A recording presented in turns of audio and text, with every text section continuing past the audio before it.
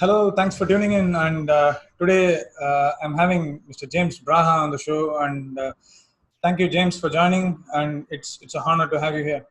My pleasure.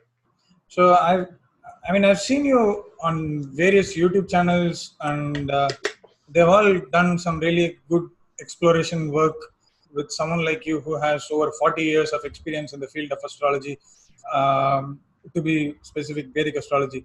So but I wanted to bring out something more, beyond technical stuff or beyond something uh, away from astrology, but something that is useful for astrology. And what is the basic stuff that we need as an astrologer, and what are the things that we need to kind of focus on in order to become a really good astrologer. And as you said, I think you brought up I framed the discussion in a different way, but you wanted to frame it in a more holistic manner, which kind of gave this topic how to become a really good and a practical astrologer. So which has various facets such as quality, training, and all those things. But still, I've seen your podcast shows, and I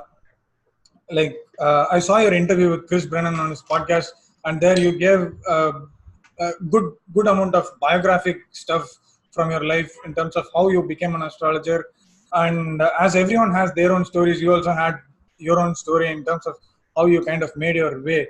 But there was something that when we were exchanging emails, there was something that you said in terms of uh, like not necessarily keeping up with the technology, but still how technology has kind of turned out to be also negative in many ways, which we'll probably get into the discussion.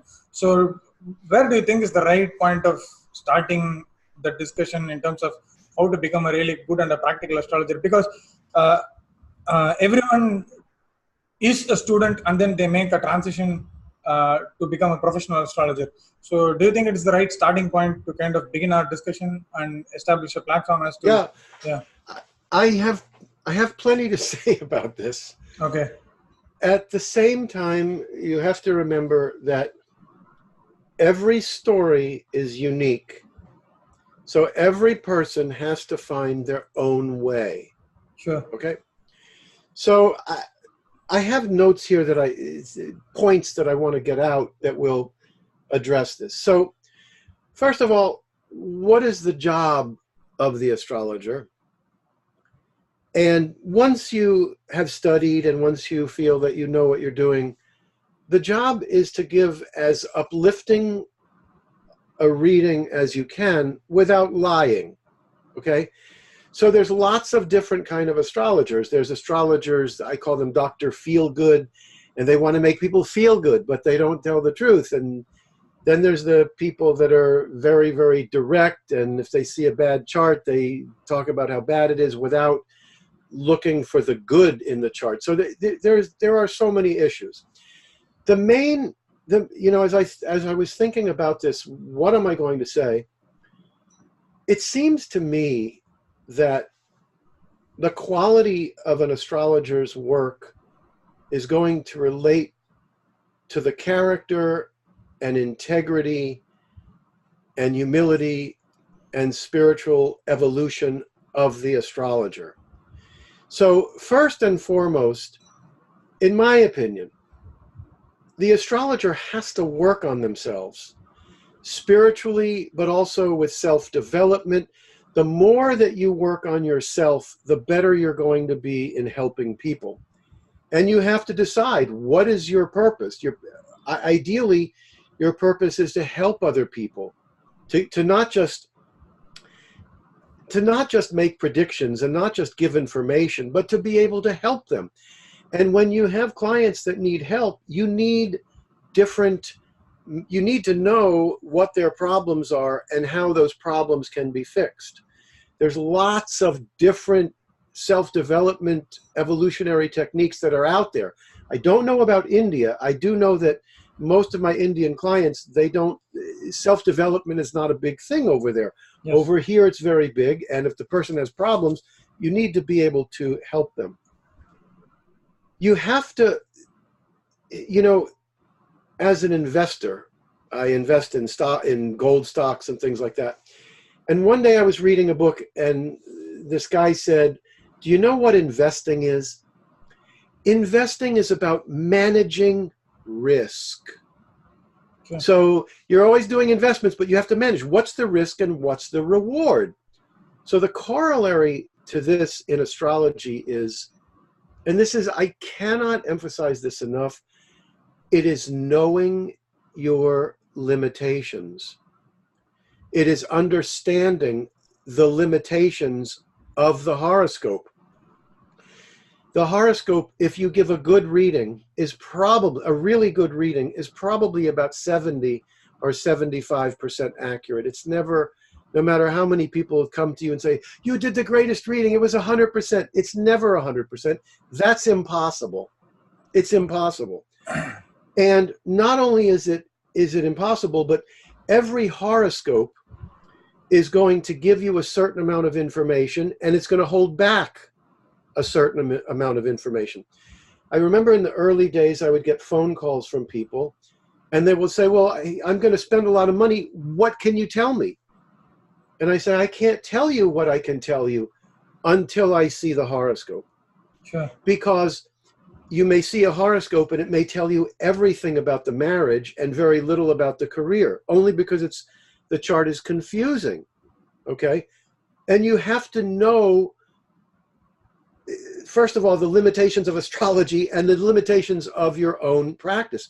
You have to understand that. And you have to also understand that since astrology is 70, 80% accurate, this also means that when you are testing certain things and you say, oh, I saw this placement 2 or 3 times, and so it must be the case with all horoscopes. No, not necessarily.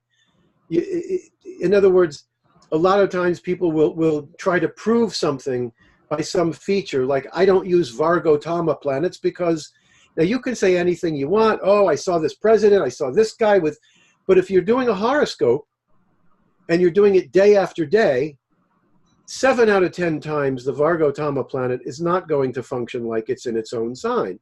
Sure. But some people, because they see it work 20% of the time, oh, this is perfect, this really works. No, it has to work a lot. So you have to know your limitations, and you have to know the limitations of astrology. And that is really, really important, because the other facet is that nothing works all the time. Sure. There's nothing in astrology that I have not seen fail. I'll see an afflicted planet sometimes and the person gets good results. I'll see a great planet. It doesn't happen often, but it happens once in a while. So this is critical. Now, on the other end of the spectrum, whatever you do know, you tell. So I'm going to give you 2 stories here. One was in my very early days before I was a professional. I had a friend who I hadn't seen in many years. He said, what are you doing? I said, oh, I'm doing astrology. It's fantastic. Come over and I'll do your horoscope. So I do his horoscope. Now, I'm reading from books. I'm analyzing his chart, reading from books. It's my first year studying. Sure. He gets very excited. He becomes an astrologer years before me. 2 years before me. Okay. He became an astrologer. I went to India. I came back. Then I became. We were talking one day, and he was always thanking me. James, you found my profession for me. Thank you so much. And I said, I didn't know anything back then. And he said to me, and look what would have happened if you didn't tell me what you did know. Okay. Another case was a friend. I look back to the early days and I say, my God, what did I know? I made so many mistakes. Well, a couple of years ago, I have a friend and a client, and she had a big accident. And this was in 2015 or so. She had the original horoscope reading that I did for her in 1989 or something. And she sent me a Xerox of that horoscope. I did it 1989. And on the dashas, it said 2015, be careful, accidents. So I said, so I really did know something, even though there was all I didn't know. So that's very important. So the premise is like an astrologer needs to know what he knows and what he doesn't know, and it is not always that. I mean, no one knows everything. That is probably the first entry point into astrology in terms of self having some self realization as an astrologer. So no one knows everything. That is there. So so you emphasize on the fact that you need to do things that you really know. So if you know things, just go about saying it. And there is another thing that you emphasized, like self development, and I think we can also call it as personality development or something like that, because as astrologers today, I think we also have dual responsibility in terms of uh, predictiveness, because astrology has always been inherently predictive, and on the other hand, we also act as a perfect counselors, because a counselor or a therapist who doesn't know astrology, uh, he does not essentially know what is going to happen in the future based upon any technique that an astrologer uses. But the distinct advantage that an astrologer has over a professional therapist who doesn't know astrology is just that particular insight into the future. And I think, see, at least I come from that school of thought where we need some kind of psychological and humanistic thinking in terms of going into astrology. Of course, predictive stuff is really important. If there is no prediction, probably it is not astrology, it is just counseling. So, but still, we need to analyze, as astrologers, we need to start analyzing what a person is capable of taking in terms of negative things, and an astrologer should be able to communicate things in a constructive manner to a client based upon the degree or intensity at which a person can actually receive that particular message, which might probably be negative. So I think you made some really great establishment in terms of entering into the realm of astrology as a professional astrologer. So yeah. You have to, the astrologer has to find their own way also. Some astrologers like to have a back and forth with the person, and I don't. I prefer to look at the horoscope and give them an objective reading. This is something that you have to find for yourself. I prefer to explain the horoscope to the person, is what I prefer. So what I mean by this is that when I did astrology, in the first 5 or 6 years, I was thrilled and fascinated by what I could find in the horoscope. Things I could know about a person without even knowing them, just from the chart. Sure. 5, 6, 7 years into it, I became more fascinated by what I could not know. Sure. In other words, I would say, gee, this has worked all the time, and suddenly it doesn't work. Why does it not work?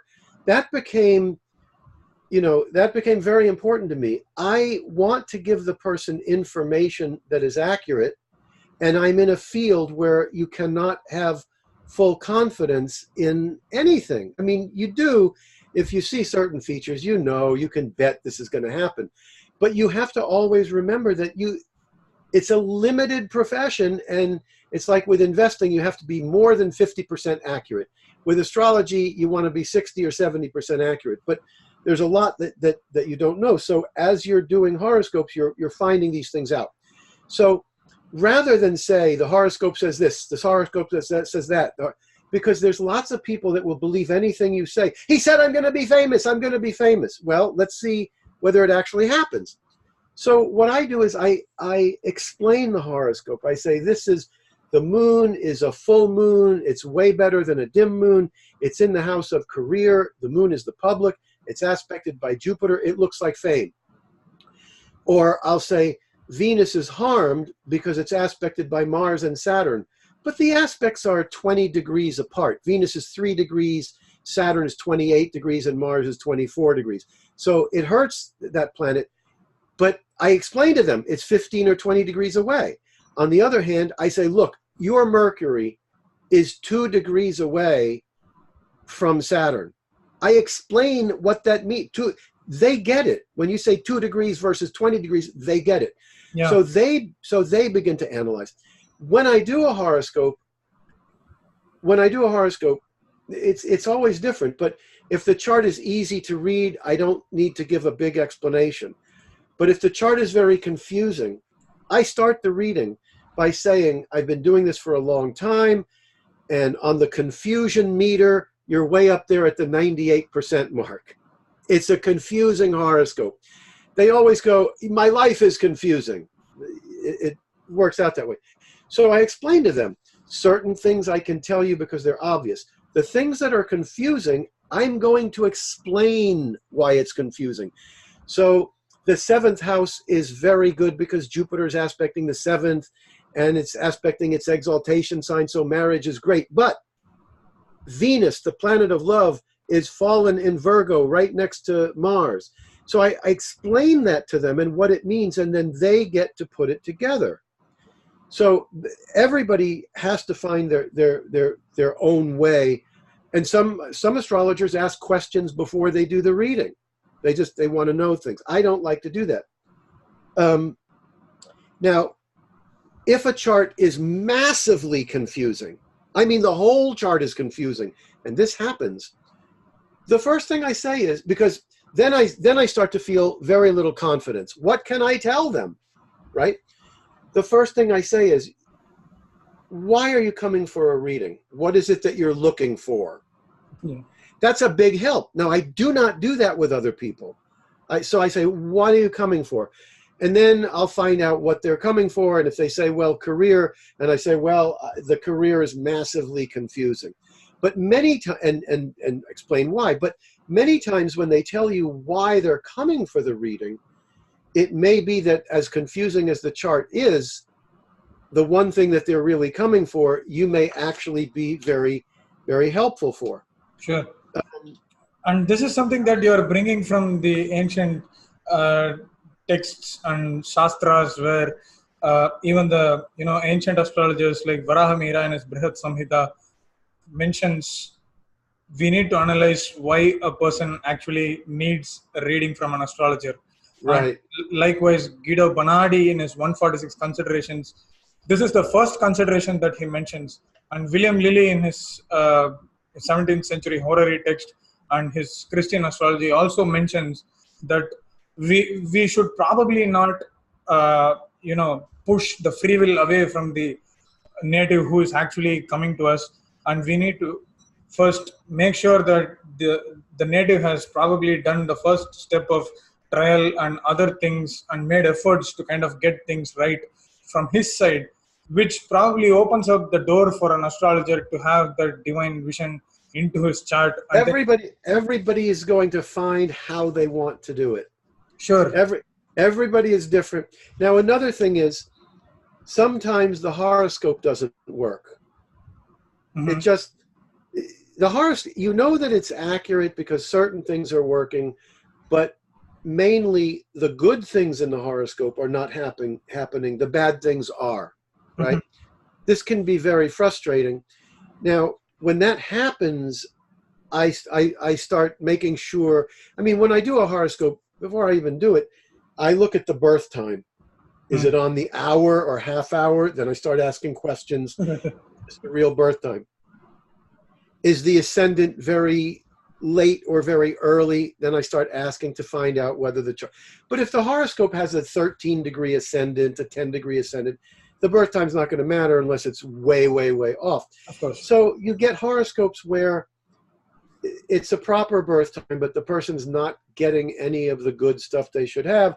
And in those cases, most of the time, there has been a very, very unhappy, damaging childhood. And so when that happens, I say, you have a fantastic career. You have fantastic money. They go, no, I don't have that. No, I don't have that. I say, what happened in childhood? Father was an alcoholic, or, the stories abound. But so once that happens, I still explain the horoscope. I say, these are your capabilities, but you're first going to have to heal these problems.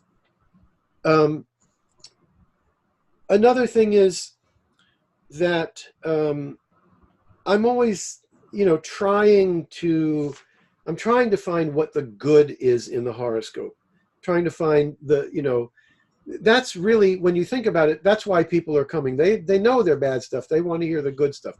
And so you have to extract that, and you have to help them to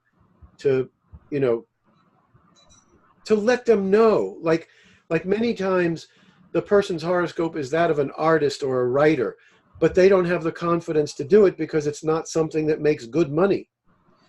But if it's the Dharma, I start to explain, this is the Dharma. It's better you should do your Dharma rather than something outside. But a lot of times they will need confidence. And so if you see that aspects in the chart are strong, you really have to emphasize how talented they are in that realm. Sure. Okay. And then they can start to, to do that. Now, with rectifying horoscopes, because this is an issue also, you have to be extremely careful, especially when people say they had their chart rectified. If they don't know their birth time within 2 or 3 hours, and they say, I've had my chart rectified, it does not necessarily mean that it was rectified accurately. So, as it is with horoscopes, we have to be skeptical. But when they are rectified horoscopes, I've heard so many stories of people having their chart rectified by 3 or 4 people, getting 3 or 4 ascendants. I even heard a story where 3 astrologers said the person was born at 7:35 or 7:40, and then they find the birth certificate, and the person's born at 10:30. So, the other thing is that you have to, in order to feel confident, you almost always really need to study. If you're going to be a professional, you probably need to study privately with somebody, Mm-hmm. or to have a really good teacher.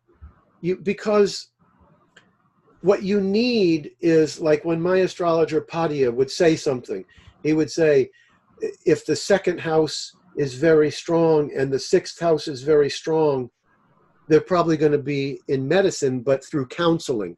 Sure. If the 6th house is indicating healing, but the 2nd house, which is education, and Mercury is strong, they're going to combine the two. And then he would say, you take it from me. I have marked this. I have noticed this. And if you have a teacher that will tell you, not, I read it in the scriptures, I read it from here, so-and-so said this, it has to be. And so when your teacher tells you, look, trust me on this, if you're doing it right, this is how it works. Having a private teacher is really the best, I would say, is the best way. If you can't have a private teacher, then you have a teacher with many students, but you're in the class with that teacher.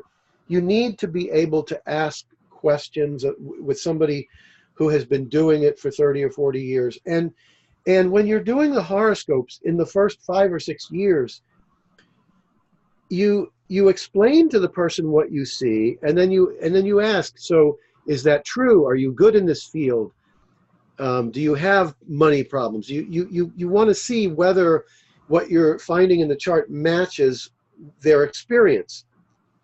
However, this is where it helps to be incredibly skeptical. Mm-hmm. You have to be very, very careful, because you've got all kinds of people coming to you.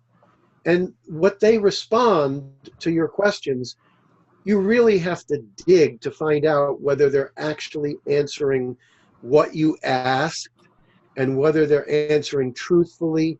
Their experience could be one thing. Oh, everything's great with my mother. My mother's great. I love her so much. And it turns out that the mother has had emphysema for 25, the mother's had a horrible life, but the client's not telling you that. Uh-huh. So I have to say, it's a very, very, very difficult profession. It requires a great deal of skepticism. Skepticism of your own abilities, skepticism of whether the birth time is right, skepticism as to whether the client is telling you the right information. But it's a very rewarding profession, as long as you're not after money. Exactly. It's a very rewarding profession.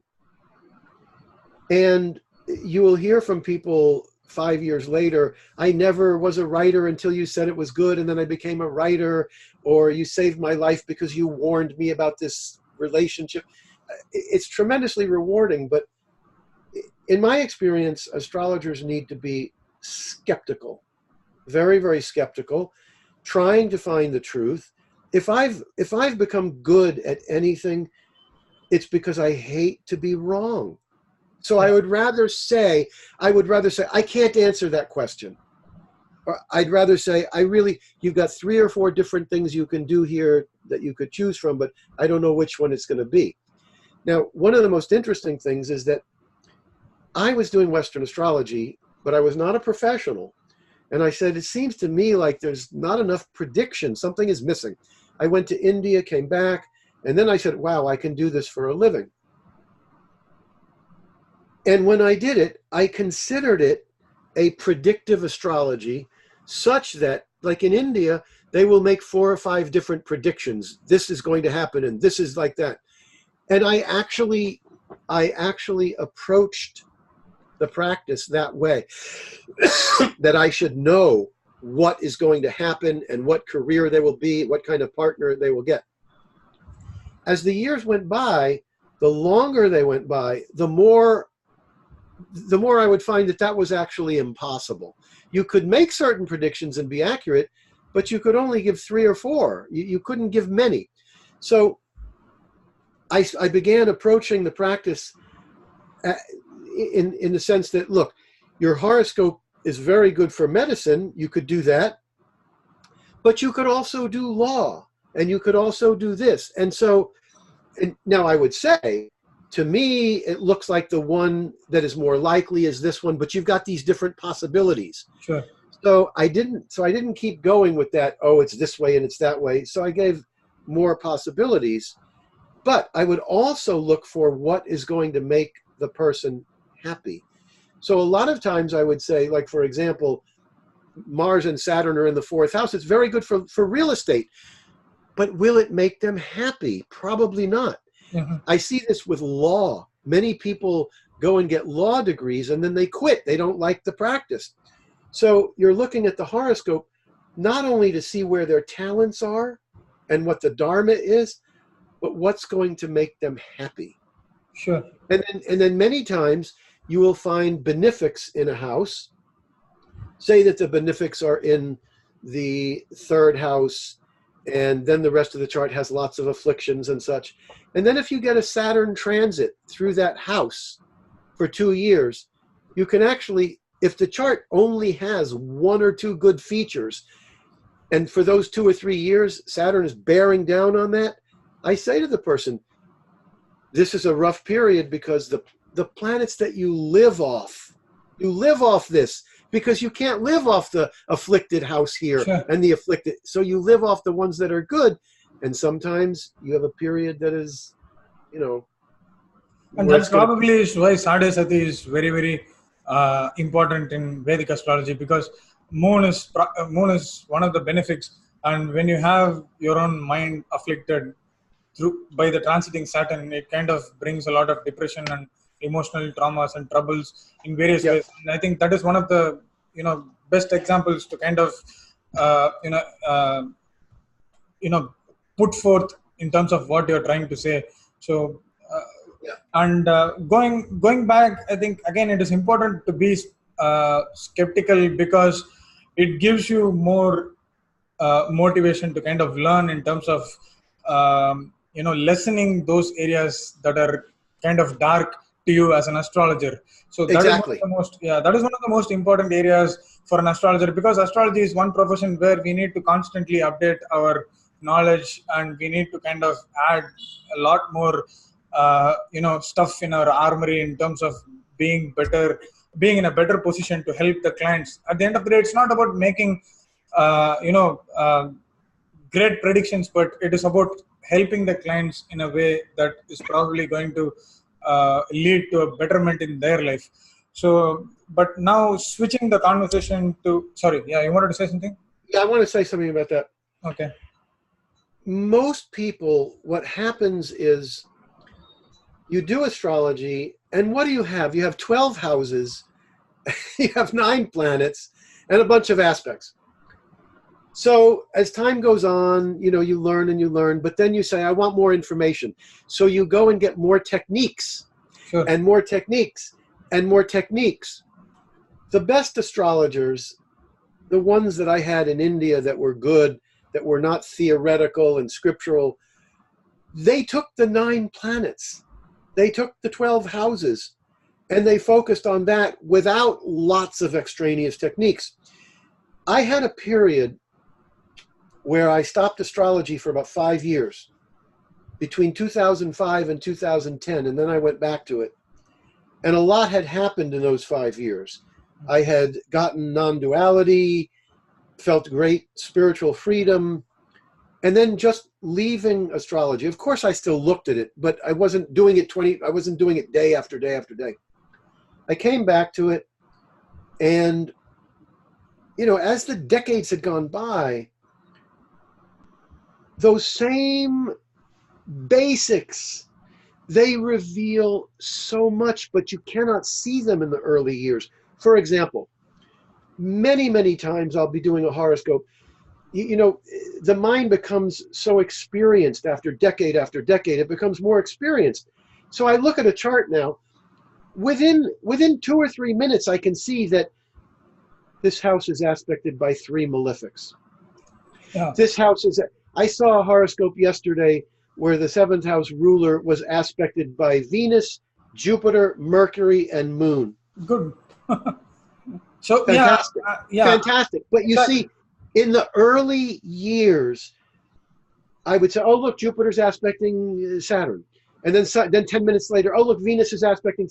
But after you do it for decades, you look at the horoscope and you say, oh, four benefics aspecting that. You don't see that in the early years. You can't put it together. But that's what you have to do. So what I'm trying to explain here is, in my opinion, you're better off to go as deep as you can with the little that you have, rather than to bring in this extra technique over here and this extra technique over there. You've got to get the basics and get them really good. Sure. Yeah, I think everyone has their own way, but basics always remain the same. And also the techniques the techniques that we are learning newly doesn't stick to us and doesn't work for us right away. And it takes quite a while to for us to figure out in terms of how it works and in terms of applying the technique in specific areas. And after researching in quite a few charts, and I don't know what is quite a few charts for different people, but quite a few charts is at least like 25 to 30 charts to have a good hold of a technique, and then to kind of implement it in a practice. I think you need to have a way more experience than just the 25 to 30 charts. But after that, you need to have that presence of mind to kind of apply that specific technique at that particular place at that particular time.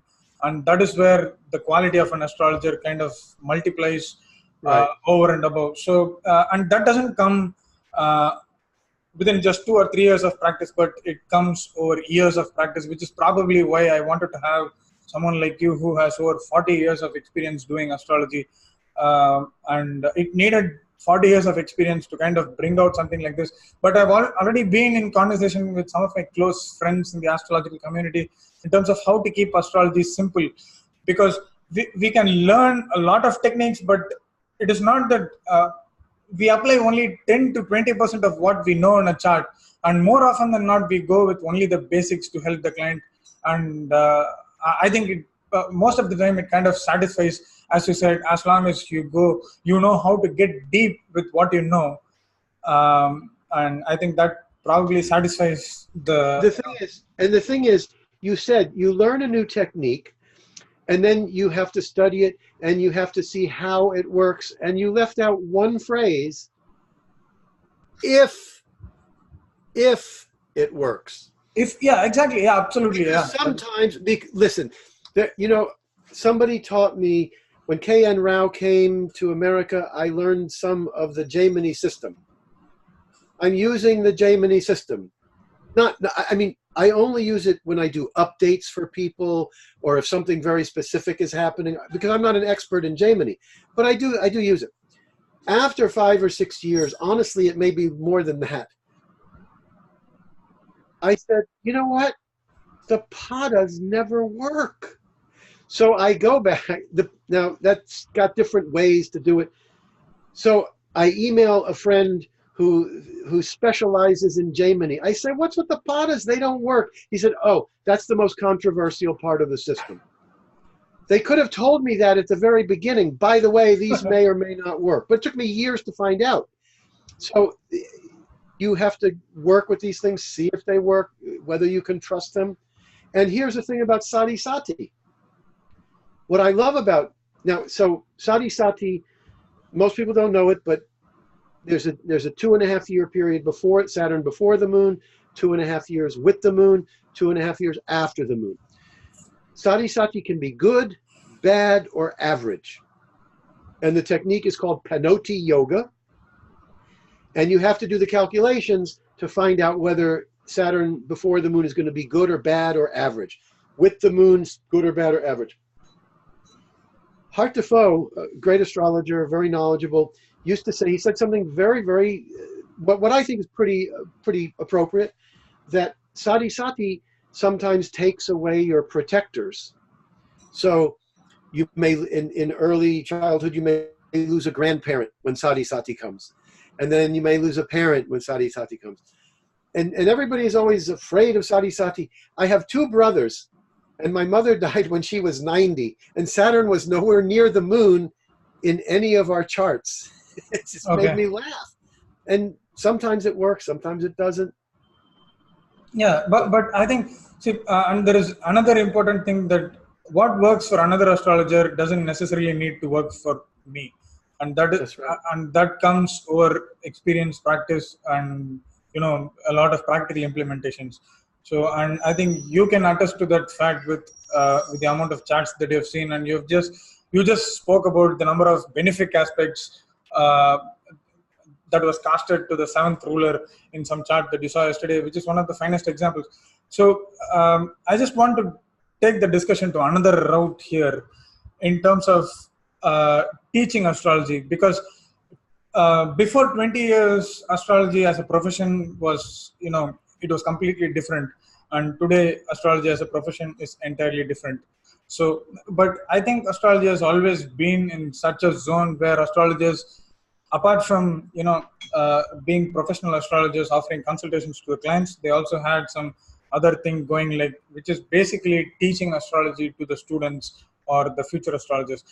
But it was not as easy before 20 or 25 years or even 30 years as it is today, because people have a lot of access to technology, and with the advent of blogs and YouTube in 2010 and so on, people have easy access to kind of publish their stuff, because publishing was not easy back then. And today it is much easier. I can just open my blog. Everyone has a website and they can just publish their stuff, and people can check out that. And if they like, they might probably go and book a consultation with an astrologer, or if that particular astrologer is teaching some classes, they can even go ahead and take some classes based upon the work that they witnessed of that particular astrologer. But the quality, you were talking about, the quality of astrology is probably in the downside because of the technological advancement, because everyone has a YouTube channel, everyone has a blog, everyone can kind of self-publish their books, because self-publishing has, it's almost kind of reviving astrological publishing single-handedly today, with not a lot of traditional publishers, they're not willing to kind of publish astrology books. So these are the things that we are kind of, we are at the brink of, not we, but those people who are at the receiving end are at the brink of finding difficulties in terms of finding an authentic, not necessarily authentic, who doesn't teach astrology well is probably authentic, but it is just not his cup of tea. So how does quality kind of get affected today in relation to... This is the biggest issue. I don't actually like listening to astrology. I don't go and listen to them. But I have so many people that come for my readings, and they say there's so much garbage on the internet. Now, there's also good people too. And I don't know that there's any answer to this. I think that each person has to decide who they trust. Sure. And that's where the skepticism comes in. Because look, I sometimes trust somebody, I'm not talking so much in astrology, but in some field I trust them, and then I find out they're no good, right? But you have to be able to trust yourself to find out who's good and who is not good. This is one of the reasons that I'm, first of all, this book, The Art and Practice of Ancient Hindu Astrology, where I teach a student 9 sessions, I teach him Jyotish, and that book talks a lot about the different opinions about this and the different opinions about that and the way that I see it. Now there's even more opinions. But there's so much information going on out there. And in order to be any good, I mean, here I am 40 years later, I'm completely redoing this book, my first book, Ancient Hindu Astrology for the Modern Western Astrologer. I'm doing this, I'm updating it, and I'm completely redoing the planets and the houses, okay? It's 40 years later, and I'm still looking to see, is it possible that the third house may have something to do with writing and teaching, even though the second house is the house? Is it possible that 8th house planets may have something to do with sexual enjoyment, even though the 12th house is the classical? After all these years, you're still searching. And yet I'm sure if you go on the internet, you'll hear everything. The first house is death. The second house is religion. You'll hear everything you want to hear will be out there somewhere. Sure. Yeah. Because so it is a question. It's a question of your ability to distinguish what is true and what is not. That's where the skepticism comes in. I said this many times before. They asked Albert Einstein, how could you do what you did? How could you figure these things out? He said, because I was comfortable in confusion. He has Mercury in Pisces, fallen. He was always confused. From the time of his birth, he had a lot of confusion. He had bad memory, couldn't remember this, couldn't remember that. He was in confusion. But when he would study something, he felt it was okay to be confused. And he would stay in the confusion of the equation until he could figure it out. So with astrology, you have to be comfortable not knowing.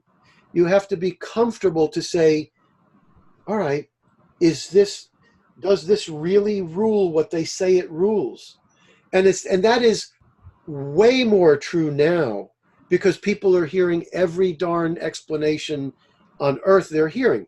Now, the other thing to remember is one part of me says the internet is going to destroy any decent astrology. It's just going to destroy it.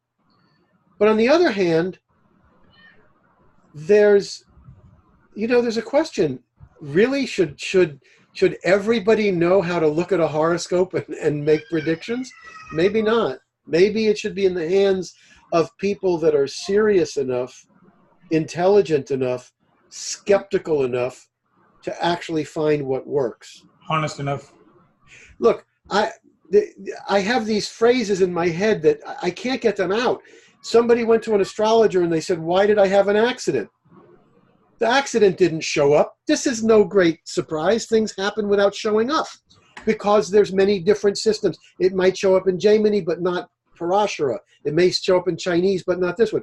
So the astrologers couldn't find it. So he said, what was the color of your car? He said, blue.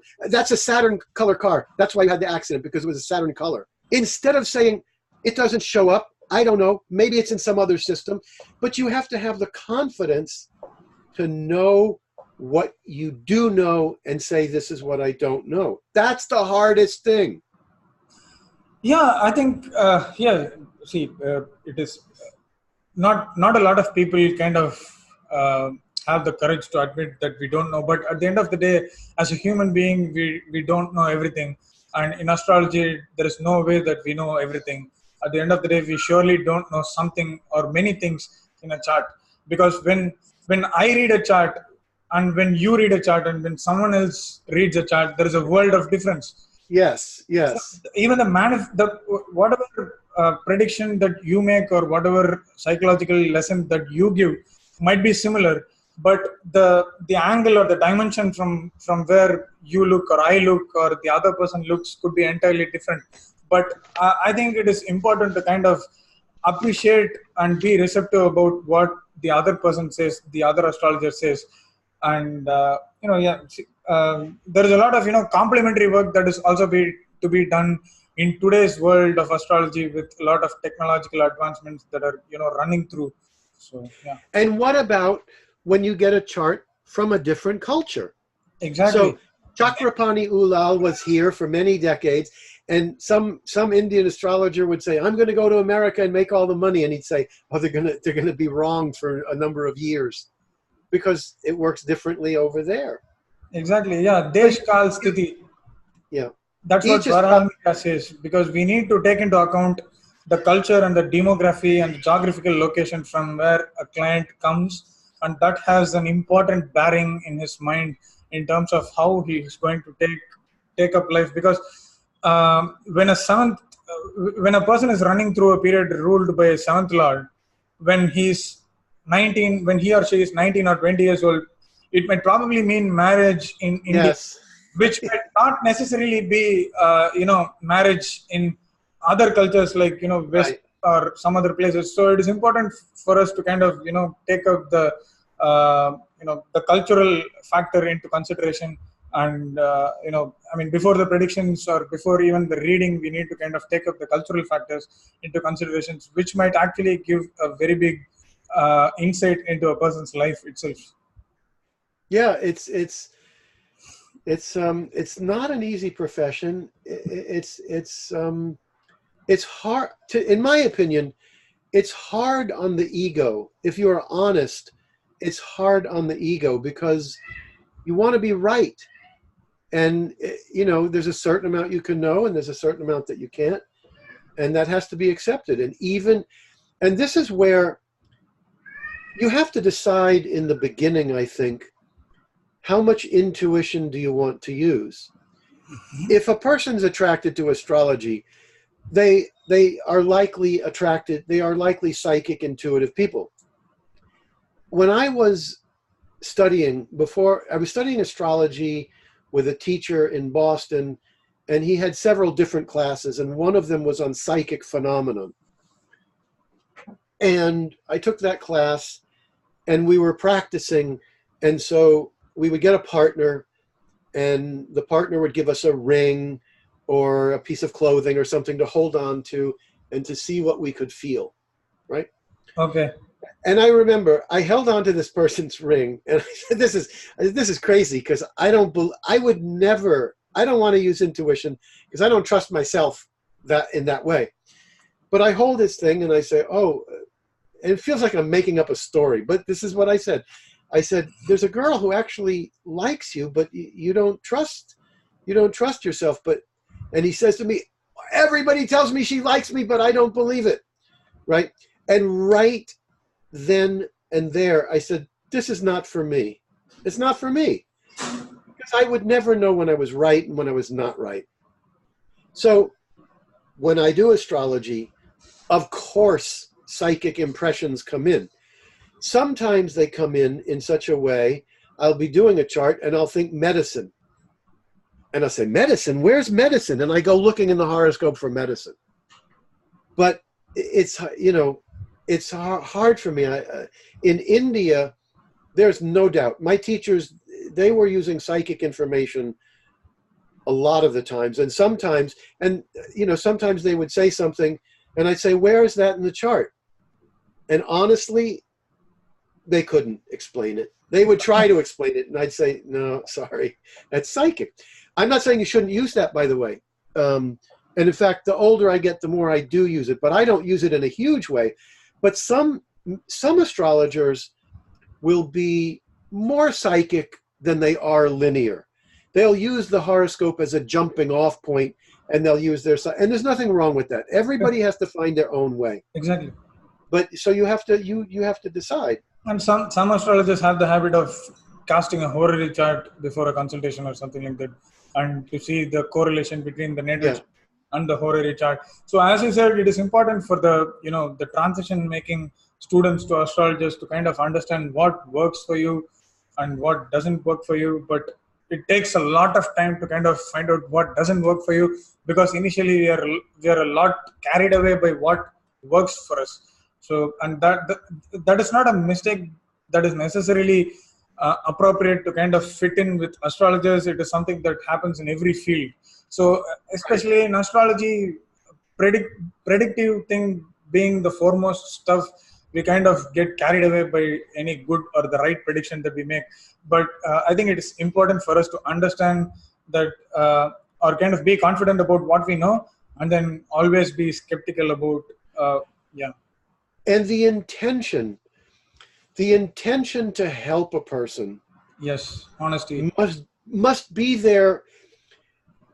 If somebody who is an astrologer is not walking around all day long with, basically, it's just their nature to help other people. If they don't have that, I don't think they'll ever make a great astrologer. It's just, it's the intention to help that person which will draw the right people to you. It will help you to get to the right information. The intention is to help the person to do whatever you can do for that client. That has to be at the top. That has to be part of you. Otherwise, eventually you'll stop astrology. It'll never fit. Okay. So I think we kind of had a lot of discussion circling around whatever we wanted to talk, and I made some hints, and I think we kind of covered everything here. And you also brought up some of the other important stuff in terms of practical examples, like aspects and stuff, which probably kind of made this discussion interesting. And your basic motive was to kind of make this entire show as a very interesting stuff and also an inspiring stuff. And I'm sure that young astrologers will probably be inspired by what you just spoke. And I think even I had, I was in same line with you in terms of when you said like techniques. I kind of practice a lot of techniques, but I don't use a lot of techniques when it comes to real session. So that's where the difference is. So, the information is there. The information is in the chart. Yes. And it may be confusing as heck, but that means that that if it's very confusing, a particular area, that means that area is not going to be great and it's not going to be terrible. It's going to be very mixed. There's nothing you can do about it. And, it's interesting, but when I came back to astrology after 5 years not doing it, I found that I was, in the 1980s and 90s, I was doing charts for people born in 1940 and 50 and 60. By the year 2010, I'm doing charts for people born in 1980 and 85 and 90. And it seems to me like I'm seeing configurations of planets that are more confusing than I saw in my early days. Sure. So there are, and that to me is the most difficult thing, is when you get charts that are like that. But you have to trust that the person's coming to you for a reason. You have to trust that you can pick out the parts of information that you know. Sure.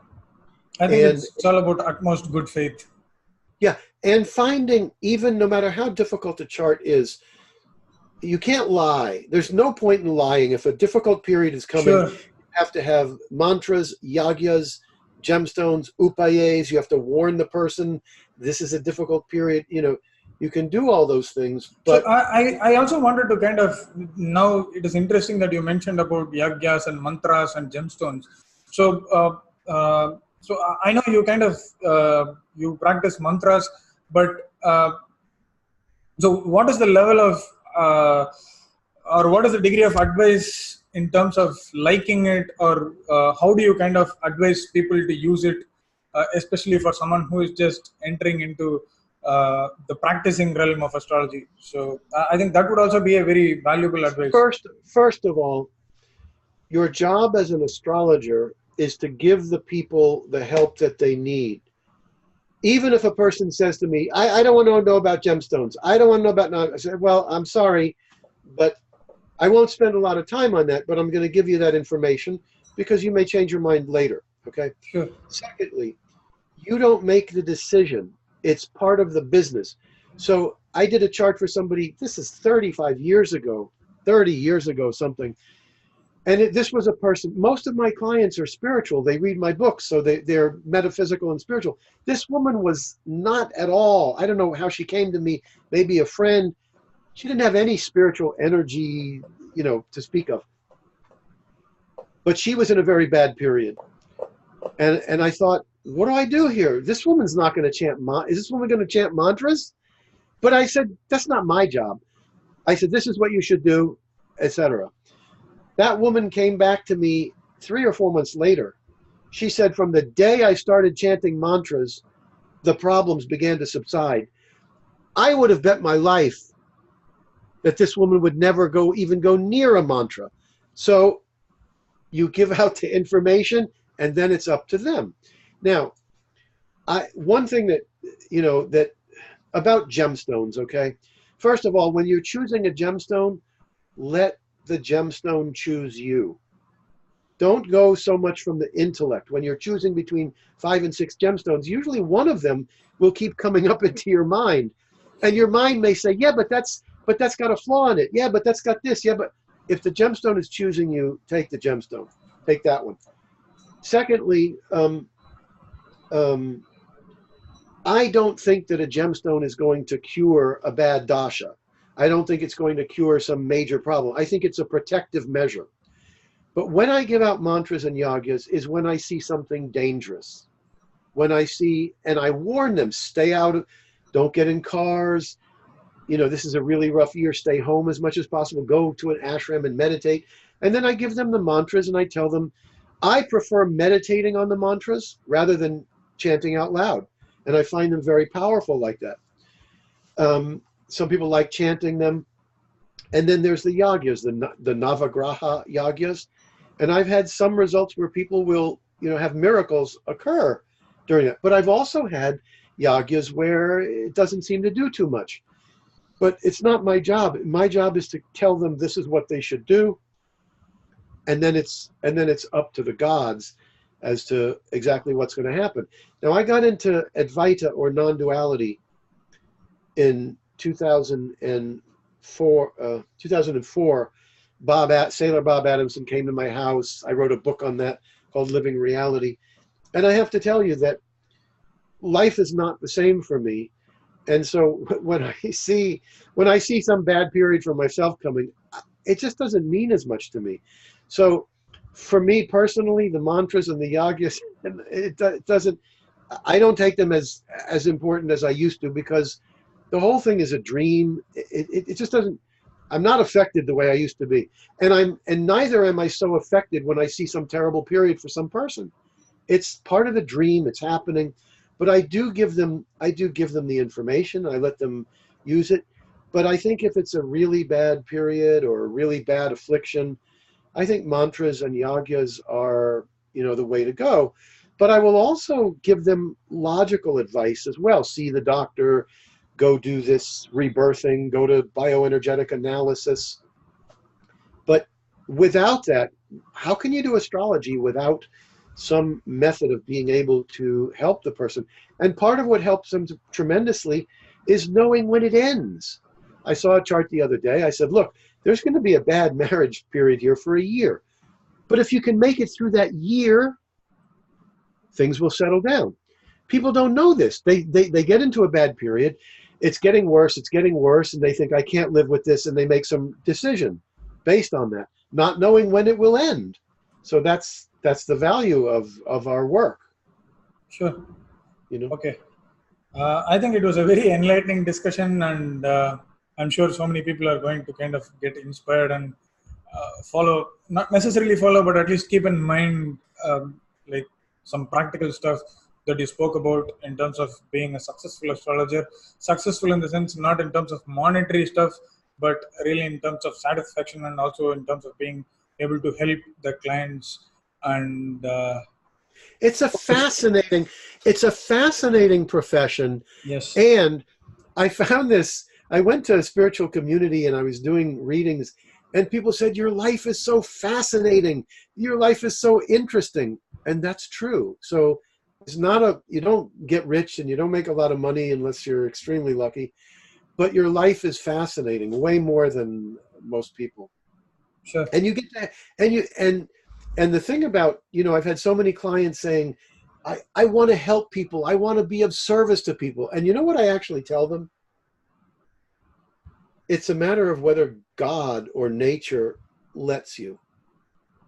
If nature lets you be a person to help others, you are most blessed. Most blessed. And when I get a person who has just a all-around horrible, all-around painful, terrible life, what I tell them is, I say, look, I can't lie. This is a difficult life. I know it. You know it. I'm not going to lie about it. If I were you, I would find a way to help others. Get your attention off of yourself and get it on to the people that are suffering and help them. The people that I have found happiest, most content in life are the people who don't think of themselves, who are always thinking, how can I help others? Those people are the most content. They have the best lives. But not everybody can do that. It's if God or nature lets you do that, you've been blessed. Sure, great. Yeah, I think we have kind of covered more than what we wanted to. But even though I'm just okay if this show continues. I think the appointment with you is probably getting over in another 5 to 10 minutes. So I think it's time for me to let you go. And I'm just hoping to kind of have another enlightening discussion with you on a future date. Okay. So thank you so much, James. And I want to sure. mention this. This will be out updated. Okay, it's updated. So I wrote this 40 years ago, 35 years ago. So 40 what years are some of the other publications that you have done in terms of Kindle? You said. Let me just. Oh, I did this one. Is it Kindle or it's just some other form of ebook? Kindle. Okay. Amazon Kindle. So How to Be a Great Astrologer is in the process. It's not. This will be out in about a month. All the work is done. It's being proofread. This one came up. This one is now updated. Okay. So this is on Kindle. It's updated. And then the Living Reality, which is the spiritual book. Can you just show that other book that you just showed now, How to Be a Great Astrologer? Yeah. You mean this? This is my book on Advaita. Okay, great. So that's this was my guru. After 35 years of meditating, going on courses, doing everything you could possibly do to get enlightened, it's like peeling an onion and peeling the onion, but the essential attachment, the essential feeling that I'm separate from the source. No matter how much I meditated, no matter how much I did self-development, the issue of being attached and feeling separate from my source would not go away. Then he came here for 5 weeks. It ended. Now I don't feel separation from the source. It changes everything. Sure. But this particular book is going to be so much better. The planets in the houses. When I wrote that, the planets in the houses, I trusted what everybody had said. I trusted other books. Now I've had the experience. What were you going to say? Show the other book? Yes, the How to Be a Really Great Astrologer. Yeah. So this is. That's Will it also be a printed copy, or it's just going to be Kindle? It'll just be Kindle because I'm running out of books, and the book business, the internet has destroyed the book business pretty much. You can't make a profit. So this one, I have no more copies. Now, they may be able to buy them. I'll make it so that you could get a printed copy, but Sure. it won't look like this. It'll be put together. And then after that will come the book on transits and dashas. How to Predict Your Future, Secrets of Eastern and Western Astrology. This used to be called Transits of the West, Dashas of the East. Oh, okay. And the distributor couldn't sell the book. He said, "Why did you name it that?" I said, "What do you mean? Every astrologer knows what." He said, "Nobody knows what a dasha is." He couldn't sell it.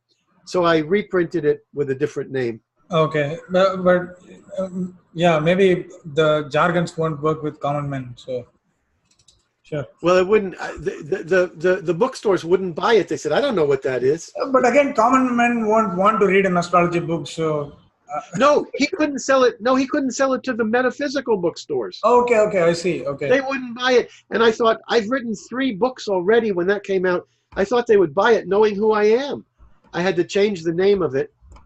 And Okay. So all these are intricacies of publishing, but I'm already in my way of kind of designing some of the publishing videos that I want to do on astrological publishing. So maybe you are probably the right person to do that as well. So I think we'll get back soon with Okay. stuff. And thanks for joining me today. Thank you.